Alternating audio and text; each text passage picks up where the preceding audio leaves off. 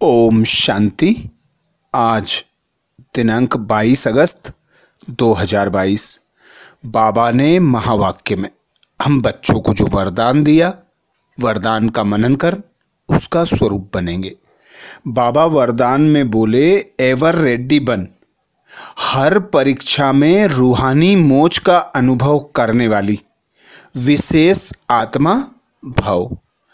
आज स्वयं भगवान निराकार ने हम निराकार आत्माओं को विशेष आत्मा भव का वरदान दिया।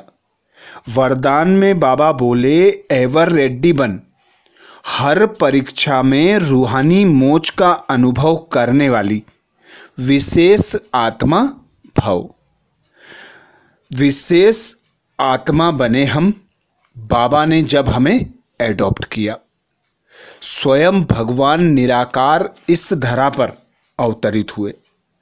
ब्रह्मा तन का आधार लेकर हम बच्चों को ब्रह्मा मुख वंशावली ब्राह्मण बनाया। तो ब्राह्मणों को जिस प्रकार दिखाया जाता है चोटी, तो चोटी अर्थात ऊंचे ते ऊंची आत्मा, श्रेष्ठ आत्मा, विश्व कल्याण करने वाली आत्मा, पूर्वज आत्मा, आधारमूर्त आत्मा, हीरो पार्टधारी आत्मा। बाबा हम बच्चों को अनेक स्वमान देते, अनेक वरदानों से सजाते, गुण ज्ञान तथा शक्तियों से श्रृंगार करते हमारा। तो हम ऐसी विशेष आत्माएं हैं, ऐसी पद्मा पदम भाग्यवान आत्माएं हैं जिन्हें बाबा ने अपना बच्चा बनाया। और हमसे बाबा कहते कि कोटों में कोई और कोई में कोई, तुम श्रेष्ठ आत्माएं हो जिन्होंने भगवान को पहचाना। तो भगवान मिला, सब कुछ मिला।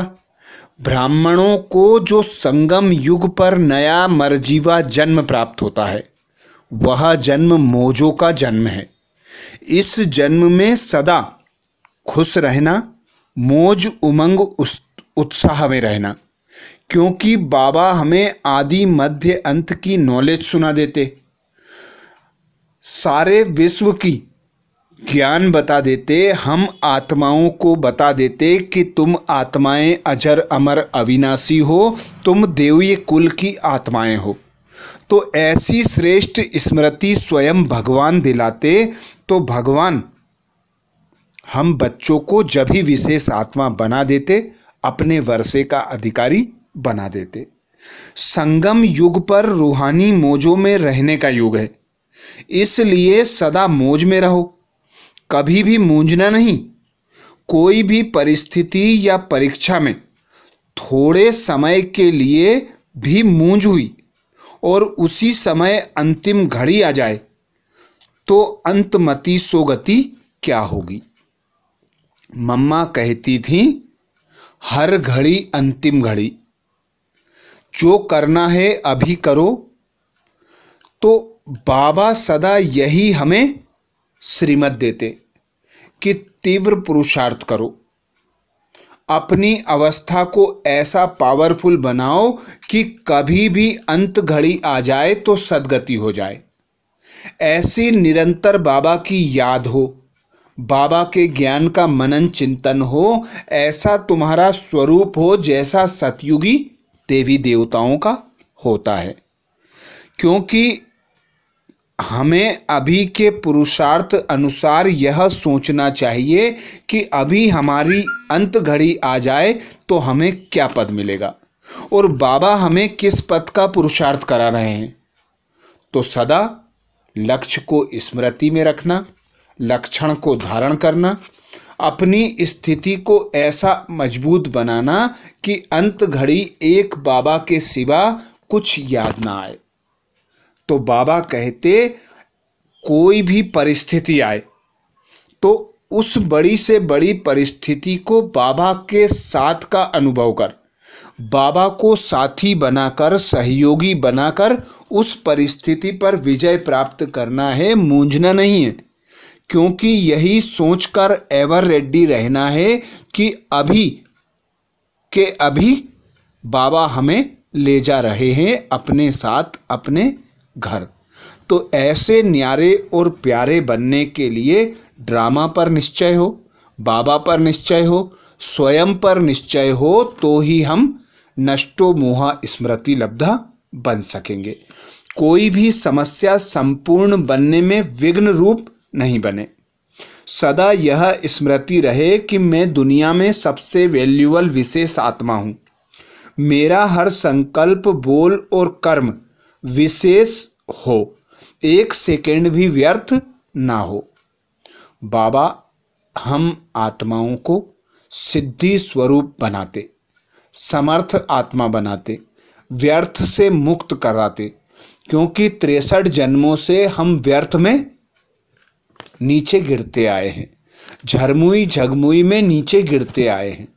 अब बाबा कहते तुम्हारी चढ़ती कला है, तो हर कदम ब्रह्मा बाप के कदम पर हो, बाबा की श्रीमत अनुसार हर कर्म हो, बाबा की स्मृति में रहकर हर कर्म हो। तो ऐसा समर्थ बनना है कि अपनी मन और बुद्धि में सदा एक बाप का ज्ञान यही चलता रहे, तो व्यर्थ से स्वतः मुक्त हो जाएंगे। क्योंकि व्यर्थ किचड़े को समाप्त करने की विधि बाबा बताते, याद। जितना बाबा की याद में रहोगे उतना विकर्म विनाश होंगे, व्यर्थ से मुक्त बनोगे, और बाबा की टचिंग मिलेगी तो हर कर्म श्रीमत अनुसार समर्थ और सफल होगा। स्लोगन में बाबा कहते श्रेष्ठ कर्मों का खाता जमा करने वालों, बाबा कहते श्रेष्ठ कर्मों का खाता जमा करते चलो तो विकर्मों का खाता स्वतः समाप्त हो जाएगा। श्रेष्ठ कर्मों का खाता जमा करते चलो तो विकर्मों का खाता स्वतः समाप्त हो जाएगा।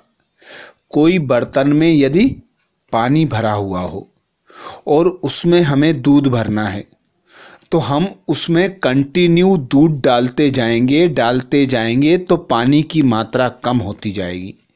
और यदि दूध भरा हुआ है तो उसमें हम पानी डालते जाएंगे तो दूध की मात्रा खत्म हो जाएगी।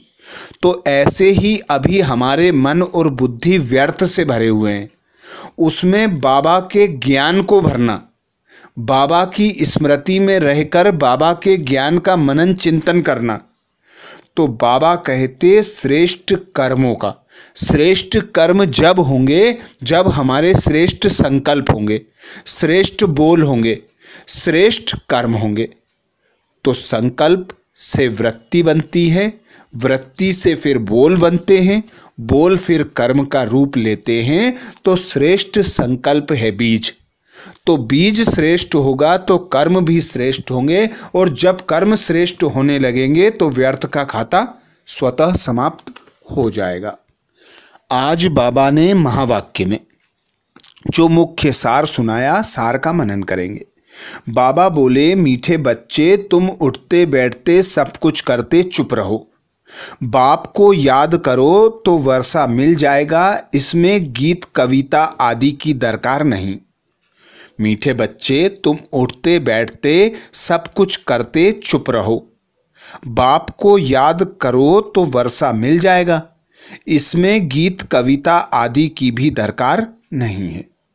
प्रश्न किया बाबा ने, बाप को लिबरेटर कहने से कौन सी एक बात सिद्ध हो जाती है? बाप को लिबरेटर कहने से कौन सी एक बात सिद्ध हो जाती है? उत्तर में बाबा कहते, जब बाप दुखों से अथवा 5 विकारों से लिबरेट करने वाला है तो जरूर उसमें फंसाने वाला कोई दूसरा होगा। लिबरेटर कभी फंसा नहीं सकता, उसको कहा जाता है दुख हरता सुख करता, तो वह कभी किसी को दुख दे नहीं सकते। जब बच्चे दुखी होते हैं तब उस बाप को याद करते हैं। दुख देने वाला है रावण, रावण माया श्रापित करती है, बाप आते हैं वर्षा देने के लिए। गीत सुनाया बाबा ने, जो पिया के साथ है उसके लिए ज्ञान की बरसात है।